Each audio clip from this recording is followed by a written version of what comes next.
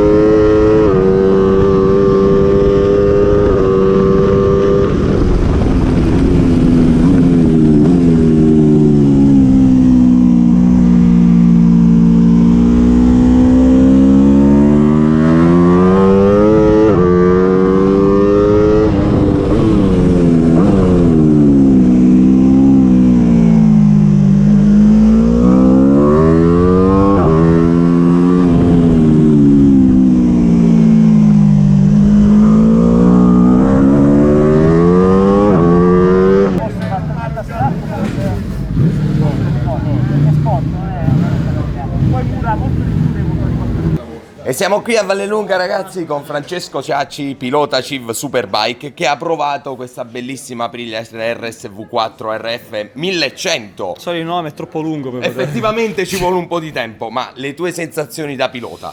Allora, ovviamente penso che sia un prodotto ancora abbastanza standard, quindi è anche stupido fare un paragone con moto, diciamo, pronto gara, quelle che noi utilizziamo ovviamente al Civ, quindi bisogna ovviamente interpretare quello che è il potenziale anche del mezzo. Sicuramente la ciclistica è una ciclistica di riferimento, anche perché comunque Aprilia da questo punto di vista penso che sia, diciamo, una delle aziende più capaci di fare ciclistiche da corsa. Il primo approccio come è stato? Appena sei salito? Subito si ha la percezione di essere su una moto molto piccola, di dimensioni magari più vicino a un 600 che a un 1000. Quindi una vera moto da corsa a livello di assetto, quindi per chi è abituato a guidare moto estreme si trova subito a suo agio, perché comunque lì, diciamo, subito hai quella sensazione di salire su una moto da corsa.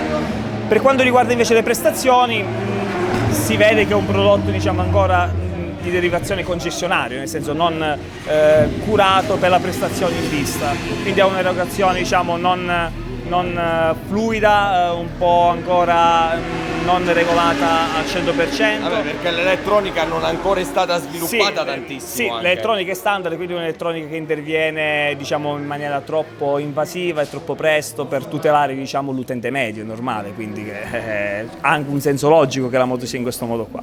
Tu che hai provato tante moto sicuramente allo stesso livello di questa, cosa pensi rispetto alle altre? Com'è? Come prodotto di serie la moto ovviamente è già abbastanza performante. È normale che per le competizioni ha bisogno di un lavoro come anche la concorrenza, ovviamente. Sicuramente il potenziale anche in questo caso, una volta che la moto è stata elaborata, è altissimo. La curva che hai trovato più difficoltà qui a Vallelunga con questa moto? Ma no, alla fine le curve sono a destra o a sinistra, quindi... Si è comportata, diciamo, in maniera neutra. Non è un problema, non è un problema. Perfetto Francesco, io ti ringrazio, metterò la tua pagina Facebook per chi ti vuole contattare perché sei tanto disponibile. Grazie. E in bocca al lupo per il campionato l'anno prossimo. Grazie mille. Ciao. Saluto a tutti voi, ciao. Gas.